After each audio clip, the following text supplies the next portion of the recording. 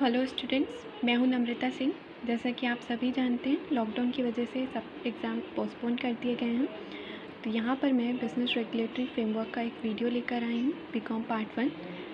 तो इससे आपको ये आइडिया हो जाएगा कि आपको अपनी तैयारी किस तरह से करनी चाहिए। ठीक है, बिज़नेस रेगुलेटरी फ्रेमवर्क पे आपको ये सारे एक्ट पढ़ने हैं, जिनमें से सबसे इम्पॉर्टेंट एक्ट आपका इंडियन कॉन्ट्रैक्ट एक्ट ही है।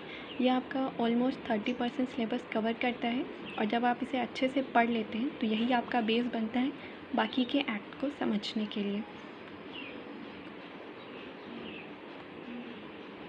यहाँ पे मैंने इंडियन कॉन्ट्रैक्ट एक्ट 1872 का एक छोटा सा पोर्शन लिया है, एक छोटा सा पैरा लिया है आपको समझाने के लिए कि आपको किस तरह से पढ़ाई करनी चाहिए घर पे। देखिए, जैसा कि आप जानते हैं कि आपका जो पेपर है वो ऑब्जेक्टिव होना है। तो उस ऑब्जेक्टिव के लिए आपको तैयारी कैसे करनी चाहिए, पहले आप कोई भी छोटा सा टॉपिक लीजिए, उसे आप पढ़िए, देखिए कि वहाँ पे कितने क्वेश्चन बन सकते हैं, फिर उन क्वेश्चंस को सॉल्व करने की कोशिश कीजिए। तो सबसे इम्पॉर्टेंट ये है कि आप अपना कॉन्सेप्ट क्लियर रखें और उसके बाद आप क्वेश्चन सॉल्व करने जाएँ। ये नहीं कि आपने बुक उठाई नहीं, सीधा आप आंसर सॉल्व करने पहुँच। तो जब आपने पढ़ा नहीं है तो आप सॉल्व कैसे कर पाएंगे। तो यहाँ पर देखते हैं इंडियन कॉन्ट्रैक्ट एक्ट। ठीक है, the Indian contract act 1872 prescribe the law relating to contract in India. India में जितने भी कॉन्ट्रैक्ट बनते हैं उसके बारे में यहाँ डिस्कस होता है, and is the key act regulating Indian contract law. The act is based on the principles of English common law. किसके प्रिंसिपल पे बेस्ड करता है? English common law. It is applicable to all the states of India.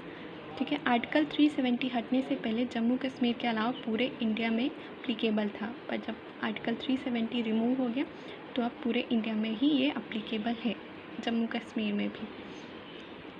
It is applicable to all the states of India. It determines the circumstances in which promises made by the parties to a contract shall be legally binding. जब दो लोग एक दूसरे से contract करते हैं और उस कॉन्ट्रैक्ट की वजह से जितने भी लीगल वर्क या रिस्पॉन्सिबिलिटी ऑब्लिगेशन अराइज होते हैं उन्हें बियर करने के लिए वो प्रिपेयर होते हैं, तो उसे हम कहते हैं contract. Under section 2H the Indian contract defines a contract as an agreement which is enforceable by law. Section 2H में डिफ़ाइन किया गया है कि एक कॉन्ट्रैक्ट एक एग्रीमेंट है जो इन्फोर्सेबल होता है लॉ से। ठीक है, तो आप एक बार इस पैरा को अच्छे से समझिए और फिर इस पैरा से रिलेटेड कुछ क्वेश्चंस हैं तो उन्हें सॉल्व करने की कोशिश कीजिए। जैसे कि ये फर्स्ट क्वेश्चन है, in which year the Indian contract Act came into existence. Year कौन सा है? 1872। आपको सबसे ज़्यादा इम्पॉर्टेंट यही है कि आपको सारे ईयर और जितने भी आर्टिकल सेक्शन वगैरह हैं वो आपको याद रखने चाहिए। ठीक है, दूसरा है आपका Indian contract act is based on the principles of English common law. Highlighted था वहाँ पे English common law. In which state Indian contract act is not applicable. ठीक है,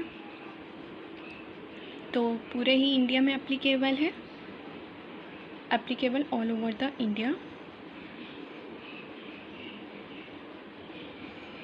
the Indian contract act defines a contract as an agreement which is enforceable by law. Under which section? किस section में ये define किया है? Section 2H। जैसा कि मैंने बोला, ईयर और सेक्शन काफ़ी इंपॉर्टेंट हैं, तो आप उन्हें याद करते रहें। लास्ट क्वेश्चन है, what are the two main components of a contract. एक कॉन्ट्रैक्ट के लिए दो सबसे ज़रूरी कंपोनेंट कौन कौन से हैं? पहला, एक एग्रीमेंट होना चाहिए, दूसरा उस एग्रीमेंट को इन्फोर्स कराना चाहिए लॉ से। तो इसमें आपका होगा first, agreement enforceable by law. जो मैंने अभी आपको समझाया है वो मैंने आगे हिंदी में दिया हुआ है, जिससे हिंदी मीडियम के बच्चों को अलग से किसी वीडियो को ना देखना पड़े, उनकी तैयारी भी इससे हो सके। तो आप सभी बच्चे हिंदी मीडियम के हों या इंग्लिश मीडियम के हों, आप ज़्यादा से ज़्यादा बुक पढ़ें, टॉपिक पढ़ें, कॉन्सेप्ट समझें और उस टॉपिक से रिलेटेड क्वेश्चंस को सॉल्व करने की कोशिश करें। आई होप ये वीडियो आपके लिए काफ़ी हेल्पफुल होगा।